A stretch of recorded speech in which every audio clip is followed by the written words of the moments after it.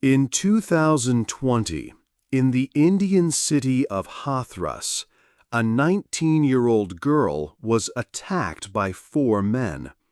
She was very badly hurt and died 2 weeks later. The police arrested the men, but a court decided that 3 of them were not guilty. This happened because the girl belonged to the untouchable group, which is the lowest social group. Her attackers were from higher, more powerful castes. This story shows a big problem in India. India is a modern country with a fast-growing economy. It now has more people than any other country in the world. Many tourists visit to see its culture. But at the same time, millions of Indian people live very difficult lives. They are often treated badly just because of the family they were born into. This happens because of the caste system. A caste is a social group. Every person in India is born into a caste, and they cannot change it. A person's family name can sometimes show their caste. Second, each caste has a traditional type of job. For example, one group's ancestors were priests and teachers. Another group's ancestors were farmers. People usually did the same job as their parents. Third, the castes are not equal. There are different levels, like a pyramid. Some castes are at the top and some are at the bottom. People in higher castes often have more money and better jobs. Another rule is about marriage. People usually have to marry someone from their own caste. Marrying someone from a different caste is very rare and often causes problems with family. The food people eat is also important. The highest castes are often vegetarian because this is seen as pure or clean. All the different castes can be placed into 4 main groups. These groups are called Varnas. An old story says these groups came from the body of a god called Brahma. From Brahma's head came the Brahmins. They are the highest group of priests, scholars, and teachers. From Brahma's arms came the Kshatriyas. They are the rulers and warriors. The Vaishyas came from Brahma's legs. This group is made of traders, farmers, and business people. The Shudras came from Brahma's feet. They are the lowest of the 4 main groups. Their job is to work and serve the other castes. Below all of these groups is another group called the Untouchables. They are outside the system of 4 Varnas. In the caste system, being pure is very important. The untouchables traditionally did the most polluting jobs, such as cleaning toilets or working with dead animals.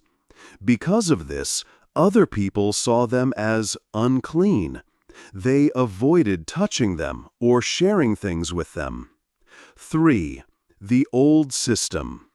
The caste system was not always the same as it is today. Before the British came to India, the system was more flexible. The rules were not as strict, and it was sometimes possible for people to change their social position.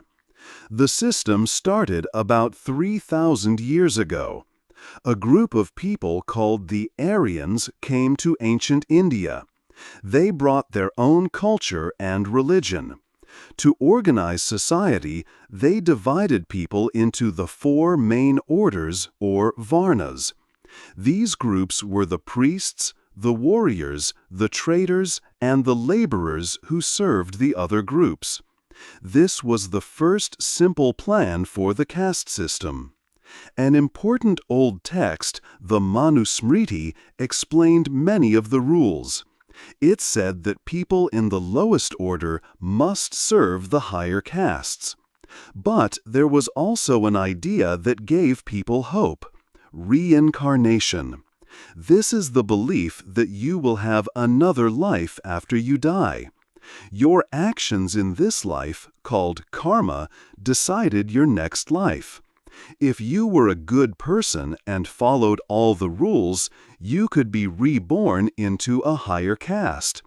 This belief helped to keep everyone in their place.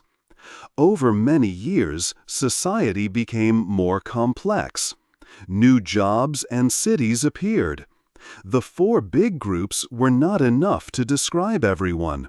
So thousands of smaller local castes called jati started.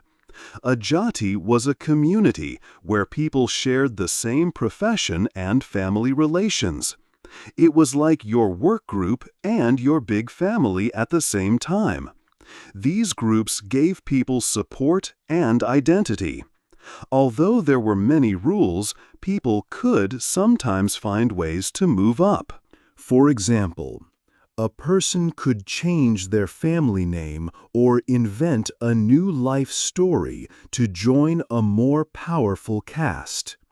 This was difficult, but it was not impossible. The old system had restrictions, but it was not completely rigid like it would become later. 4. The British change everything. Before the British came to India, the caste system was different. It was not always so strict. But when the British took control, everything changed. This was a very important time in the history of caste. The British made the old system very hard and fixed. The British liked to have a lot of information. They started a census to count all the people in India. For the first time, everyone had to say their caste. The British government then made a list. They put every caste in order, from the highest to the lowest. This made the caste system very clear and official. Before, the rules were not always the same in every place. Now, everyone had a fixed place in the hierarchy. It became almost impossible for people to change their social position. The distance between the high castes and the low castes grew much bigger. The British were a small group of people in a very large country. To control India, they needed help from Indians. So, they used a policy called divide and rule. They chose some higher castes, like Brahmins and Kshatriyas, to work with them. They gave people from these castes good jobs in the government. In return, these high caste groups were loyal to the British. But the lower castes did not get these chances. The most they could hope for was a job as a soldier in the army. This policy created more separation and anger between the different castes. It was easier for the British to rule a country that was divided against itself. At that time, many British people had ideas about race. They believed some groups of people were naturally better than others. They brought these ideas to India and mixed them with the caste system. They said that high caste people were smarter and born to be leaders. They thought low caste people were only good for simple, hard work. This idea was used to explain why the hierarchy was fair and natural. To keep the castes separate, they said people should not marry outside their own group. The British government also made new laws that hurt many people. One example was the Criminal Tribes Act of 1871. This law said that if a person's family was from a criminal tribe, then that person was also a criminal. This meant that whole groups of people, often from the lowest castes and tribes, were seen as criminals by birth. The police could arrest them at any time, even if they did nothing wrong. This law made life very dangerous and difficult for millions of Indians. The British also changed the economy. They took a lot of land from poor farmers in the lower castes. They gave this land to rich people in the higher castes and to British companies. This was like Robin Hood in reverse. They took from the poor and gave to the rich. This made poor people even poorer and trapped them in their situation. The British took a huge amount of money and valuable things, like the famous Koh-i-Noor diamond, from India. They said they were helping India become a modern country, but they made their own country very rich by taking from India. 5. Two men fight for change. In the 20th century, many people in India wanted change. Two men became very important leaders in this fight. Their names were Mahatma Gandhi and Bhimrao Ambedkar. They both wanted a better India, but they had very different ideas about how to do it. Their lives started in very different places. Gandhi's family was from a merchant caste. His father was an important government minister, and his mother was a very religious Hindu. Ambedkar's life was much harder. He was born into an untouchable family.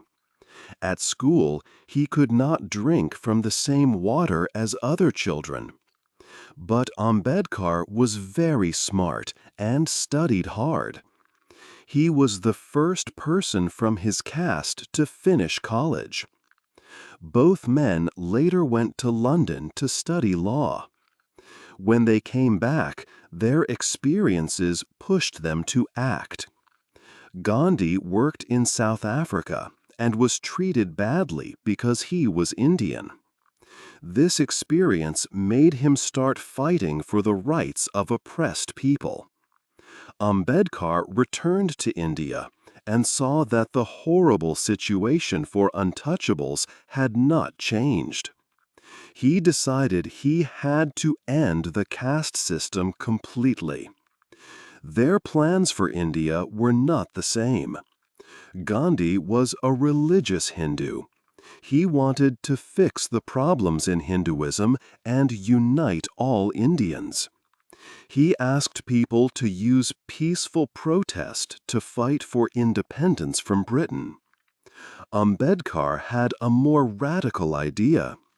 He believed that the Hindu religion was the reason for the caste system's problems. He wanted to destroy the caste system so that untouchables could be truly equal. This difference created a political conflict. Ambedkar wanted special positions in the government for the lower castes. He believed this would give them real power. Gandhi did not like this idea. He was worried it would divide the country. To stop the plan, Gandhi went on a hunger strike and refused to eat.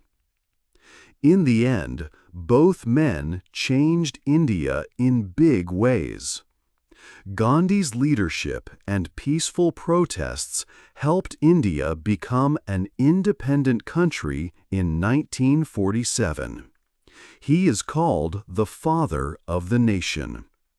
Ambedkar also had a great success. He was chosen to write the Constitution for the new, independent India. In this important document, he made untouchability illegal. He gave a voice to millions of people who were never heard before. 6. Life as an untouchable. In 1949, India's new constitution said that untouchability was finished. It became illegal to treat people as untouchable. But this new law on paper did not change how people felt in their hearts. In real life, especially in villages, the old ways continued. People at the bottom of society were still treated badly. They could not use the same wells and were not welcome in temples.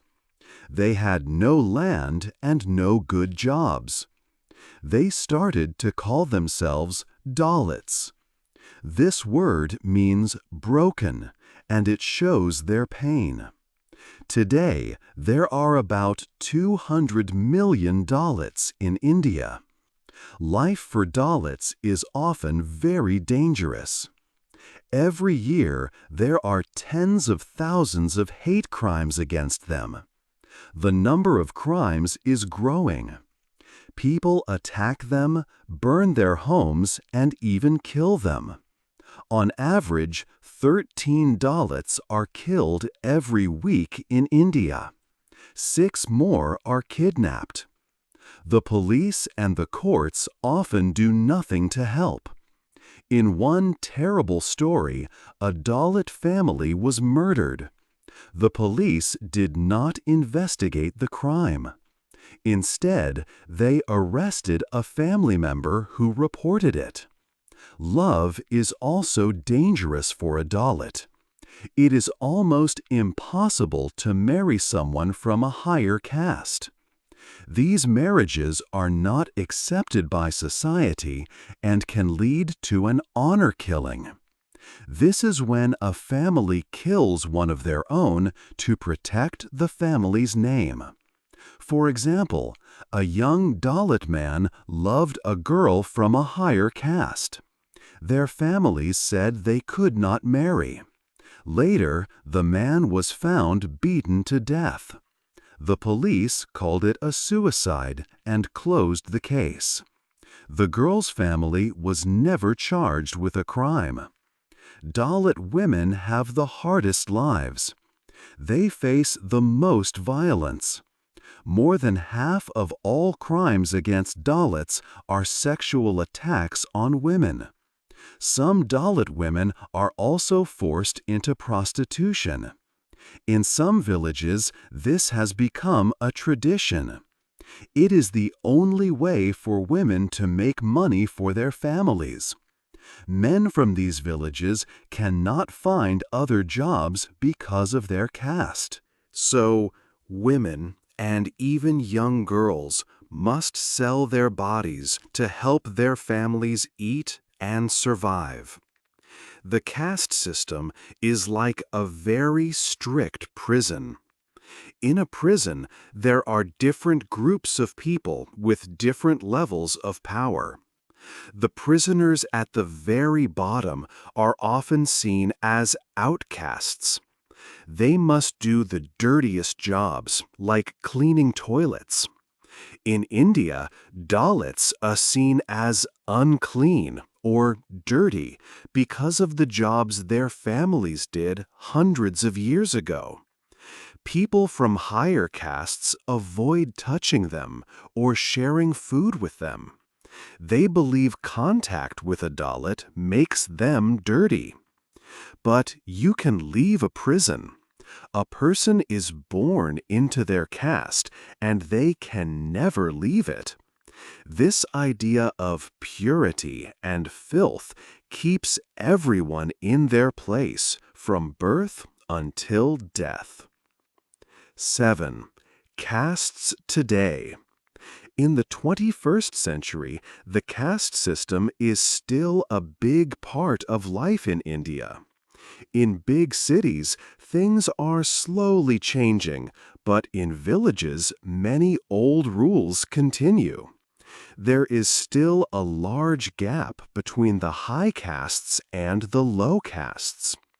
People from high castes often have more money, better education, and good jobs. For example, a small number of people from upper castes own almost half of the country's wealth. Poor people are usually from lower castes. The Indian government tries to help people from the lower castes. This is called a reservation policy. The government keeps some jobs and places in schools open only for them. This policy has helped many people get an education and find work in government offices. The number of educated people in the lower castes has grown. But this help can also create problems. The special jobs are only in the government, not in private companies. So it is still hard for Dalits to get the best jobs. Also, some people want to be in a lower caste to get government money and benefits. This can sometimes make the caste system stronger, not weaker. It does not always help people escape poverty. There can be protests when groups fight to be called a lower caste to get more help. Social rules are also still very strong. Most villages are segregated. This means people from different castes live in different areas. The most important rule is about marriage. Almost all Indians, more than 90%, marry someone from their own caste. Intercaste marriages are rare, and families often do not approve of them. Sometimes this can lead to violence. Caste ideas affect modern life in surprising ways. For example, India has a big problem with pollution. Part of this comes from old ideas about purity. Some high caste Hindus believe toilets inside the home are unclean. So even if they have a toilet, they go outside. This makes public spaces dirty. Caste is also important in politics. When Rishi Sunak, a man of Indian origin, became the Prime Minister of the United Kingdom, many people in India searched online for his caste. This shows that even in the modern world, caste is still in people's minds. 8. Is there a way out? Why does the caste system continue today? It continues because some groups benefit.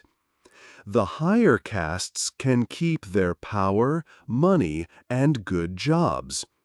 The lower castes provide cheap workers for the country's most difficult tasks. Culture, tradition, and old ideas about purity also keep the system strong. A Spanish film called The Platform shows a similar problem. In a tall prison, food comes from the top. People on high floors eat everything, and people at the bottom starve. They do not work together to change the bad system. The British made this system much stricter. Now a big question remains. Can real change in India happen from inside the country, or does it need outside help again? Hey there! Just a second before you go. If you learned something new today, please give this video a like, write your thoughts in the comments, and subscribe to the channel. It only takes a second, and it really, really helps to create even better English videos for you. Your support means the world. Thank you.